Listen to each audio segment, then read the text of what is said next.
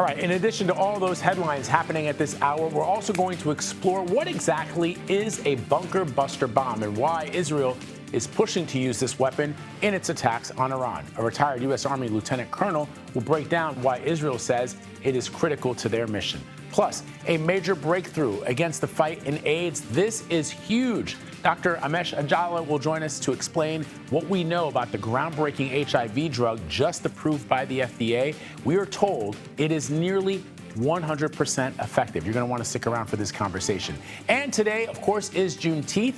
I will speak to Dr. Karita Brown, a historical and cultural sociologist professor at Emory University, about the significance of the federal holiday and how some celebrations might look a little different this year amid the administration's DEI rollback. So you're going to want to hear what she has to say about that. Meanwhile, let's get into this morning what's happening with Israel and Iran. They are increasing their attacks on each other as we learn that President Trump is weighing a major decision about whether the United States should get involved. Overnight, one Iranian missile hit a major hospital in southern Israel, causing heavy damage and injuring dozens of people. On a visit to the hospital this morning, Israeli Prime Minister Benjamin Netanyahu condemned the Iranian attack. Listen. They're targeting a hospital. In this hospital, there are patients who are immobile. They can't even move. Right next to it is a children's ward, a baby's ward, infants. They target it. They can give this nonsense that they're targeting military sites. What military sites? I know all the military sites in Israel. There isn't a military site here for miles and miles around. Israel carried out strikes on Iran's Arak heavy water reactor in its latest attack on Tehran's extensive nuclear program. For more on the escalating situation, I want to bring in CBS News contributor Robert Berger. He's joining me now from Israel. Robert, so describe this latest attack that hit this hospital. The Iranians say they were targeting a military intelligence installation somewhere in the area. You just heard from Bibi Netanyahu saying there isn't one for miles.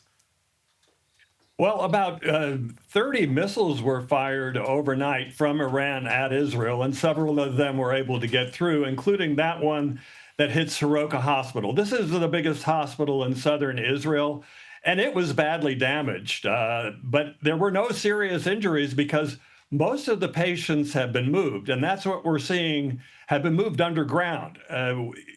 For just this type of scenario, Israel has developed underground facilities at their hospitals, a lot of them in parking lots. So in this case, there were 40 minor injuries like broken glass and that kind of thing, but no one was killed.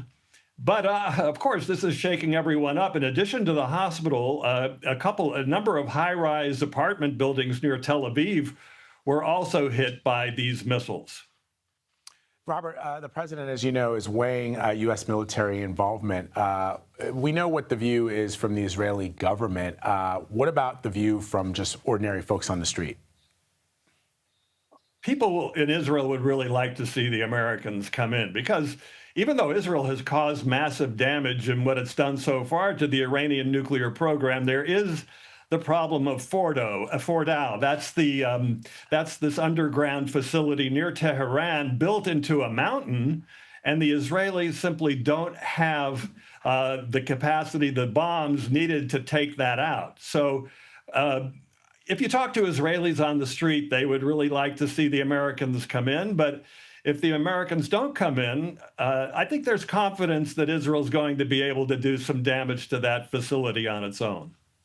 And the question, of course, then becomes, does Israel and Iran have the resources to maintain this conflict? We know that reports are that the Iranians are running out of missiles, although one missile is enough to do damage, as we saw in this recent attack on that hospital. On the other hand, as long as, is it your understanding, as long as military aid and money flows from the United States to Israel, they can keep this up?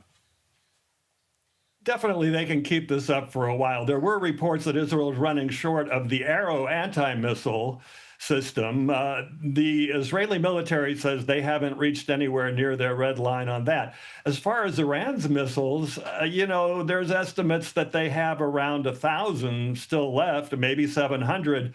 So if they're fighting 30, if they're firing 30 a day, they can probably go on for 2 or 3 more weeks. So this, I think both sides have enough munitions to continue this fight for at least a couple of weeks. All right, well, let's hope it doesn't come to that. Robert Berger for us, reporting from Jerusalem. Thank you, Robert. Sure. All right, let's pivot to CBS News correspondent Natalie Brand, who's tracking the very latest on this from the White House. So, Natalie, the president isn't tipping his hand on whether the United States will get directly involved, but CBS News has learned, as you know, that he has approved potential attack plans on Iran. What are you learning?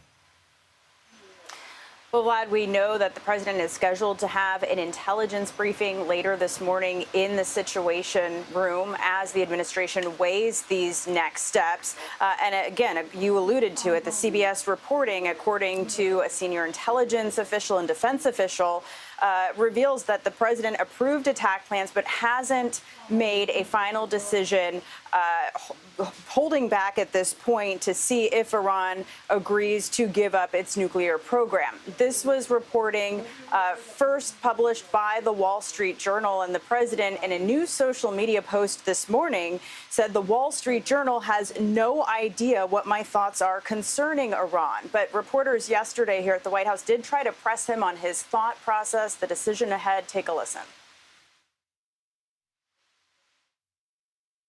I have ideas as to what to do, but I haven't made a final. I like to make the final decision 1 second before it's due, because things change. I mean, especially with war, things change with war. It can go from one extreme to the other. And the president yesterday also signaled that it's not too late for Iran to make a deal. New this morning, we've learned, according to diplomatic sources, that Iran's foreign minister is expected to meet tomorrow in Geneva with foreign ministers from Germany, France, and the UK, as well as an EU official. I've asked the White House whether the administration is supportive of these talks, whether the U.S. is involved in any way. I'm still waiting to get an answer on that, Vlad. All right, Natalie Brand reporting from the White House. Thank you, Natalie.